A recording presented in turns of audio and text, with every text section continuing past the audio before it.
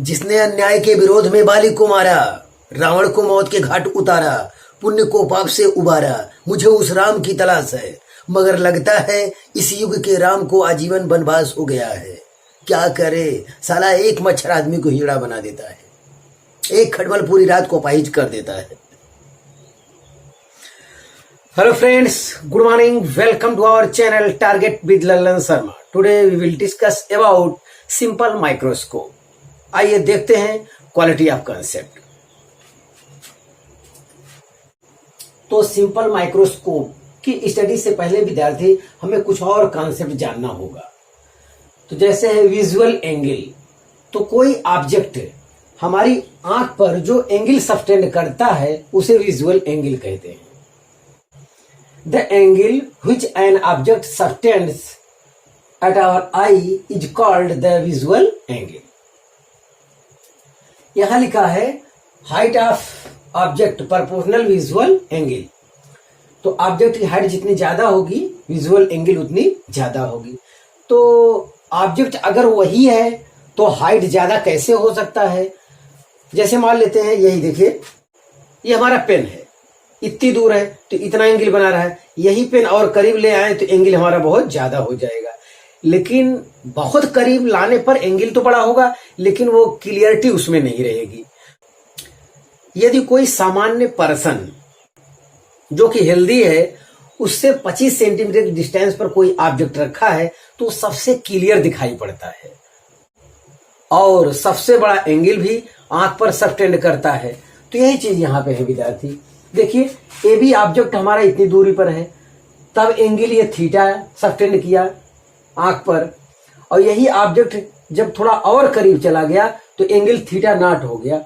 अब ये theta naught maximum angle है जो आंख पर सबटेंड होता है और उसमें क्लियरिटी रहती है।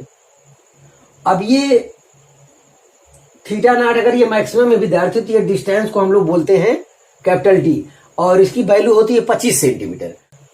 अगर कोई हेल्दी मैन है और उससे 25 सेंटीमीटर के डिस्टेंस पर कोई ऑब्जेक्ट रखा है तो वो सबसे बड़ा एंगल आंख पर जो है सबटेंड करेगा और उसमें क्लियरिटी भी होगी। और करीब ले जाएंगे तो एंगल बड़ा तो हो जाएगा लेकिन क्लियरिटी नहीं होगी। ध्यान दें, तो ये वो मिनिमम डिस्टेंस है जहां पर जो है क्लियरिटी सबसे ज्यादा होती है और सबसे बड़ा एंगल सबटेंड होता है। तो यही थीटा नॉट विद्यार्थी क्या विजुअल एंगल है। Visual angle theta naught is equal to height of the object upon D होता है। डी मतलब 25 सेंटीमीटर। तो ये मिनिमम डिस्टेंस है जहां पर क्लियरिटी सबसे ज्यादा होती है। तो मैं विद्यार्थी मुंबई ताज होटल देखने गया, तो वहां पे फोटो खींचने वाले लोग रहते हैं, घूमते रहते हैं, तो मैं भी फोटो खिंचवाया उनके कहने पर। तो वहां पे वो जो ताज का पीक पॉइंट होता है वहां पे इस टाइप से हाथ रखने के लिए उन्होंने कहा। तो वो कैमरा बहुत नजदीक से लेकर फोटो खींच दिया, बहुत नजदीक से लेकर खींच दिया। तो बाद में जब फोटो निकल के आया तो लगा कि मेरा हाथ जो है ताज होटल के पीक पॉइंट पर ही है। तो ऐसा इसलिए होता है कि कैमरा तो बहुत नजदीक करता है जबकि वास्तव में होटल थोड़ी ज्यादा दूरी पर होता है। तो ध्यान दिया जाए। तो इस टाइप का जो फिनोमिना आपने देखा होगा वो इसी प्रकार से होता है कि वो ऑब्जेक्ट बहुत दूर पर होता है, कैमरा नजदीक से ऐसा फोटो खींच लेते हैं तो लगता है हाथ हमारा उसी पीक पॉइंट पर ही है। तो ये रहा विजुअल एंगल। अगला पॉइंट क्लियर किया जाए, near point. The maximum visual angle theta naught is subtended on the I when the object is at the near point। Near point मतलब जब कोई ऑब्जेक्ट डी डिस्टेंस पर हो। डी मतलब 25 centimetre है। तो ये जो ए बी इस केस में है डी डिस्टेंस पर, ये हमारा क्या है नियर पॉइंट वाला केस है। डी डिस्टेंस पे जहां पे आ जाएगा तो क्या होगा नियर पॉइंट वाला केस होगा। इस दशा में जो थीटा नॉट है ये मैक्सिमम होगा फॉर नेक्ड आई, मतलब कोई ऐसे सामान्य आंख से, मतलब आंख पे चश्मा नहीं होना चाहिए। नेक्ड आई मतलब नंगी आंख से। थीटा नॉट कभी बदलने वाला नहीं है। ये एच अपॉन डी कैसे होता है ये अभी हम बताएंगे, क्योंकि ये थीटा नॉट वैल्यू भी क्या होता है वास्तव में बहुत छोटा होता है और बहुत छोटे एंगल के लिए theta naught tan theta naught के बराबर हो जाएगा। तो tan थीटा इक्वल टू होता है परपेंडिकुलर अपॉन बेस, तो उस आधार पे हो जाएगा। अगला कंसेप्ट क्लियर किया जाए, मैग्नीफाइंग पावर या इसे एंगुलर मैग्निफिकेशन कहते हैं, क्योंकि यहाँ पे हर काम एंगल करता है, मतलब एंगल के कारण ही हम लोग हाइट फाइंड करते हैं। इसे मैग्निफिकेशन नहीं कहा जा सकता। मैग्निफिकेशन इज इक्वल टू होता है height of the image upon height of the object. Magnification आप यहाँ नहीं कह सकते, यहाँ पे आपको एंगुलर मैग्निफिकेशन कहना होगा या मैग्नीफाइंग पावर कहना होगा। ध्यान दें, क्योंकि यहाँ एंगल की सहायता से ही हाइट जो है प्राप्त किया जाता है। तो magnifying power capital M is equal to होता है visual angle formed by final image, उसे हम लोग सिंबल में कहेंगे theta I, upon visual angle formed by object kept at capital D, तो उसे हम कहेंगे थीटा नॉट। तो magnifying power capital M is equal to theta I upon theta naught. तो इसी की सहायता से आगे का कंसेप्ट हम और क्लियर करेंगे। तो ध्यान दें, यहां पे देखिए फाइनल इमेज जो आंख पर जो एंगल सस्टेन करेगा वो थीटा आई होगा। तो मतलब ये इंस्ट्रूमेंट की बात कर रहा है, वो माइक्रोस्कोप की बात कर रहा है वो। अब ये तो जो है नेक्ड आई से जो भी एंगल बनाएगा 25 सेंटीमीटर डिस्टेंस पर जो ऑब्जेक्ट रखा होगा, ये तो हमेशा वही रहेगा, ये कभी बदलने वाला नहीं है, थीटा नॉट। तो हाँ विद्यार्थी, आप इसे कॉपी कर लीजिए। तो फिर आगे का कॉन्सेप्ट हम देखते हैं। हाँ विद्यार्थी, सिंपल माइक्रोस्कोप देखा जाए, माइक्रोस्कोप स्मॉल ऑब्जेक्ट को जो कि समीप रखा हो उसे बड़ा करने के देखने के काम आता है। तो ये इसका मतलब होता है।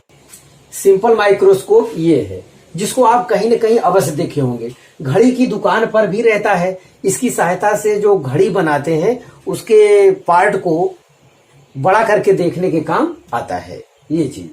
या बच्चे शरारत करते हैं, उनकी ज्योमेट्री में भी हो सकता है, वो आगे पीछे करके कागज को जला देते हैं यहाँ की सहायता से। तो ये कन्वेक्स लेंस होता है जिसे कन्वर्जेंट लेंस भी कहा जाता है। देखिए यहाँ पे क्या कहा गया, it is a convergent lens. ये हो गया। When a convergent lens used for increase the visual angle, it is called simple microscope। तो कन्वर्जेंट लेंस का यहाँ पे क्या काम है, increase the visual angle, visual angle बढ़ाने के काम में आता है। ध्यान दें, और इसी को कहा जाता है क्या, सिंपल माइक्रोस्कोप। तो ये सिंपल माइक्रोस्कोप का डिफिनेशन हो गया। अब ये किस प्रिंसिपल पर वर्क करता है वो हम देखेंगे। तो इसका प्रिंसिपल ये है विद्यार्थी कि जो कोई ऑब्जेक्ट है वो लेंस और फर्स्ट फोकस के बीच में कहीं ऑब्जेक्ट रखा होता है। तो अगर ऐसा है, जैसे कि एबी फिगर में दिखाया गया कि एक रे प्रिंसिपल एक्सिस को पैरेलल लेते हैं, प्रिंसिपल एक्सिस के पैरेलल जो रे जाती है वो रिफ्रैक्शन के बाद फोकस से होकर जाती है, और एक रे ऑप्टिकल सेंटर से जाती है जो बिना डेविएशन के सीधे निकल जाती है। चूंकि आगे बढ़ाने पर ये कहीं एक दूसरे को इंटरसेक्ट नहीं करेंगे तो इसे पीछे बढ़ाना होगा। तो यहाँ पे ये इंटरसेक्ट करते हैं और हमारा फाइनल इमेज हमें प्राप्त हो जाता है। तो ऑब्जेक्ट ए बी का जो फाइनल इमेज है ए डैश बी डैश है। अब इस डिफिनेशन को देख लिया जाए। When the object is placed between the focus, focus मतलब first focus, and the optical centre, a virtual magnified and erect image is formed. तो ये विर्चुअल इमेज प्राप्त होता है। मैग्निफाइड मतलब ऑब्जेक्ट से बड़ा होता है, इरेक्ट मतलब सीधा होता है। ध्यान दें, ये इसका प्रिंसिपल रहा, और ये तो कभी बदलने वाला है नहीं। नेक्ड आई से जब हम किसी ऑब्जेक्ट को देखते हैं जो कि 25 सेंटीमीटर के डिस्टेंस पे रखा हो, तो ये theta naught maximum visual angle बनता है। ध्यान दें, अब ये हमेशा यही रहेगा, इसका हमेशा हम लोग प्रयोग करेंगे। तो विद्यार्थी ये कंसेप्ट यहाँ पे कॉपी कर लिया जाए, तो फिर मैग्नीफाइंग पावर या एंगुलर मैग्निफिकेशन की स्टडी आगे हम करेंगे।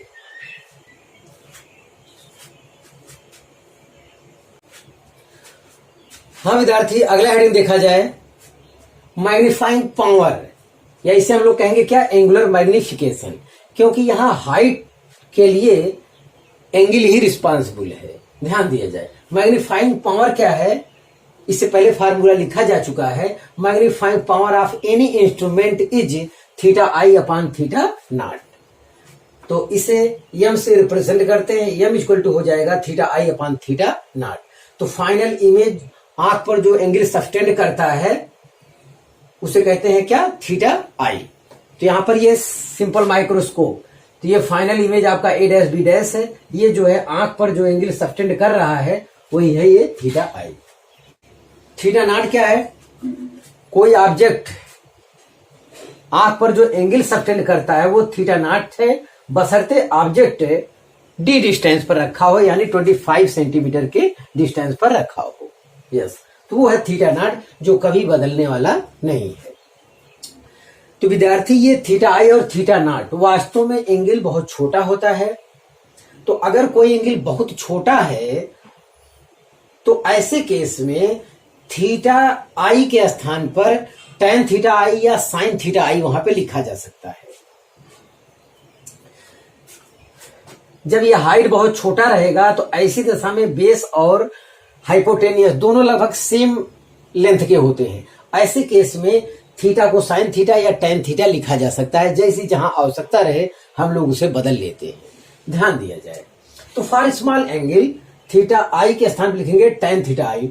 tan थीटा आई के स्थान पर लिख सकते हैं h अपॉन यू। यू ये इंसिडेंट रे के अपोजिट डायरेक्शन में मेजर किया जा रहा है, इसीलिए निगेटिव साइन यहां पे प्रयोग किया गया है। यस, यहां देखें थीटा नॉट भी स्मॉल है तो उसके स्थान पे tan थीटा नॉट लिख सकते हैं। tan थीटा नॉट के स्थान लिख सकते हैं h अपॉन माइनस डी, क्योंकि ये इंसिडेंट रे के अपोजिट डायरेक्शन में होगा। यस, अब ये थीटा आई और थीटा नॉट की वैल्यू इसमें हम पुट कर देते हैं। तो magnifying power M equal to आया h upon minus U upon h upon minus D. तो h कैंसिल हो जाएगा, माइनस कैंसिल हो जाएगा, जो सॉल्व करने पर हमें मिल रहा है कैपिटल D अपॉन यू।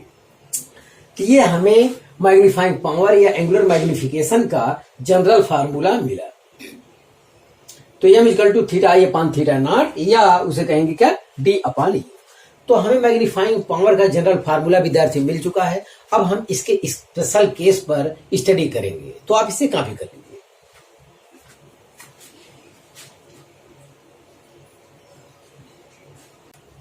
हाँ विद्यार्थी, इसका स्पेशल केसेस देखा जाए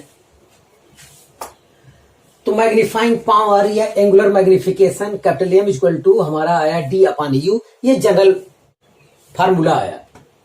स्पेशल केसेस में फर्स्ट है if v equal to minus infinite. इसका मतलब है फाइनल इमेज हमारा क्या बने, इनफाइनाइट पर बने, तो this situation is known as normal adjustment.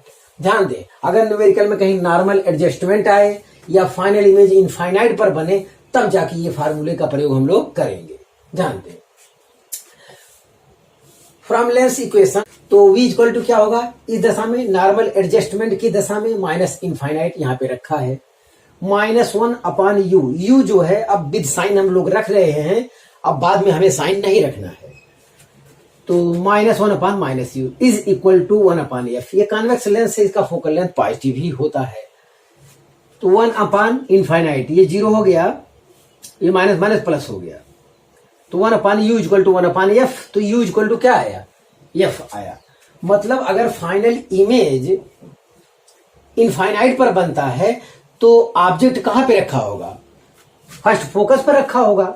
ये चीज आपको ध्यान देना है, फोकस पर जो ऑब्जेक्ट रखते हैं हम लोग, उसका इमेज कहां बनता है, इनफाइनाइट पर। अगर कहीं ऐसा केस आता है तो ऐसी दशा में मैग्नीफाइंग पावर का ये फार्मूला हम लोग प्रयोग करेंगे। तो ऐसी दशा में यू के स्थान में क्या रख देंगे, देखिए यू का स्थान पे इस फार्मूले में क्या रख देंगे, यू के स्थान पर जनरल फार्मूले में हम लोग एफ रख देंगे। तो एफ रख देंगे यहां पर, तो हो जाएगा M equal to T upon F. तो न्यूमेरिकल में विद्यार्थी आप ध्यान देंगे, अगर फाइनल इमेज इनफाइनाइट पर बनता है तो हम इससे नॉर्मल एडजस्टमेंट कहते हैं, और ऐसी स्थिति में यू जो है एफ के बराबर होता है, तो जनरल फार्मूले में यू का स्थान पर एफ रखेंगे, तो एम इक्वल टू होगा डी अपॉन एफ। न्यूमेरिकल के लिए ये चीज आप ध्यान देंगे। केस सेकंड देखा जाए जो सबसे ज्यादा जरूरी है, इस पे न्यूमेरिकल भी सबसे ज्यादा आता है।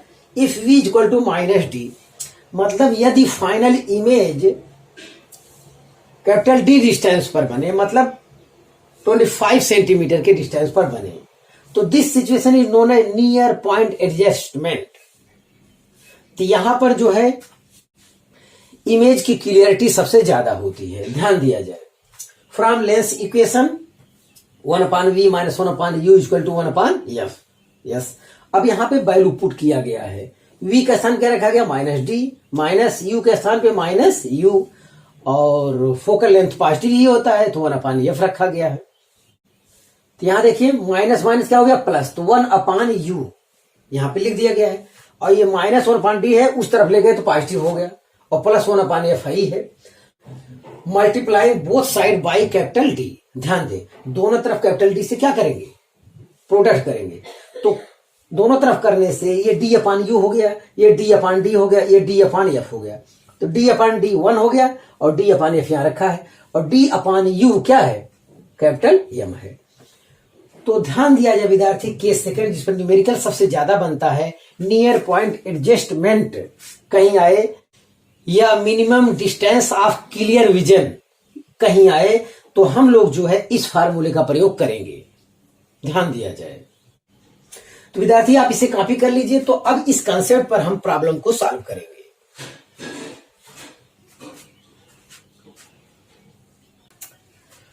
हाँ विद्यार्थी, पहला क्वेश्चन देखा जाए। The focal length of convex lens is 2.5 centimetre.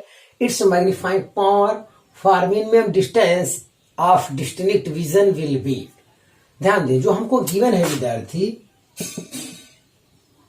Focal length दिया है 2.5 सेंटीमीटर, और यहां पे जो आपके काम की चीज है, minimum distance of clear vision कहा जाए या डिस्टिंक्ट विजन कहा जाए, दोनों एक ही बात है। या ये लाइन लिखा रहे या आपके लिए ये लिखा रहे, नियर पॉइंट एडजस्टमेंट, ये दोनों एक ही बात है। तो अगर ऐसा कहीं है तो ऐसे केस में मैग्नीफाइंग पावर का जो फार्मूला होता है, capital M equal to 1 plus d/f होता है। ध्यान दें, मैग्नीफाइंग पावर हमसे पूछ रहा है, यहां पे होगा 1 प्लस d/25, और f आपका है 2.5। ये हो गया 1 प्लस 10 से ऊपर नीचे प्रोडक्ट करेंगे तो यहां पे आएगा क्या, 10 आएगा। यस, तो आंसर आपका क्या, आंसर आपका आ गया 11। इस आधार पे ऑप्शन सी करेक्ट। तो हाँ विद्यार्थी, आप इसे कॉपी कर लीजिए। तो फिर एक और क्वेश्चन हम देते हैं। हाँ विद्यार्थी, आज का आखिरी क्वेश्चन देखा जाए। Least distance of distinct vision is 25 centimetre. What will be magnifying power of simple microscope of focal length 5 centimetre if final image is formed at minimum distance of distinct vision. तो विद्यार्थी पहला question जिस पर है और उसी concept पे ये भी क्वेश्चन है। तो यहाँ पे गिवन में जो हमको मालूम है, F इक्वल टू दिया है 5 सेंटीमीटर और कैपिटल D दिया है 25 सेंटीमीटर। यहां भी final image is formed at minimum distance of the distinct vision, तो यहां भी है। तो यहां जो मैग्नीफाइंग पावर का फार्मूला लगेगा 1 प्लस d/f लगेगा। तो ये हो जाएगा 1 प्लस 25/f है 5 सेंटीमीटर। तो ये 5 आया, तो 1 प्लस 5 इक्वल टू क्या हो गया, 6। इस आधार में विद्यार्थी ऑप्शन डी करेक्ट है। तो पहला और दूसरा दोनों सवाल एक ही कॉन्सेप्ट पर है, मतलब इसी पर ज्यादा आने की संभावना है। तो आप इसे कॉपी कर लीजिए। हाँ विद्यार्थी, आज बस इतना ही। आप मेहनत से पढ़ाई करते रहें। All the very best.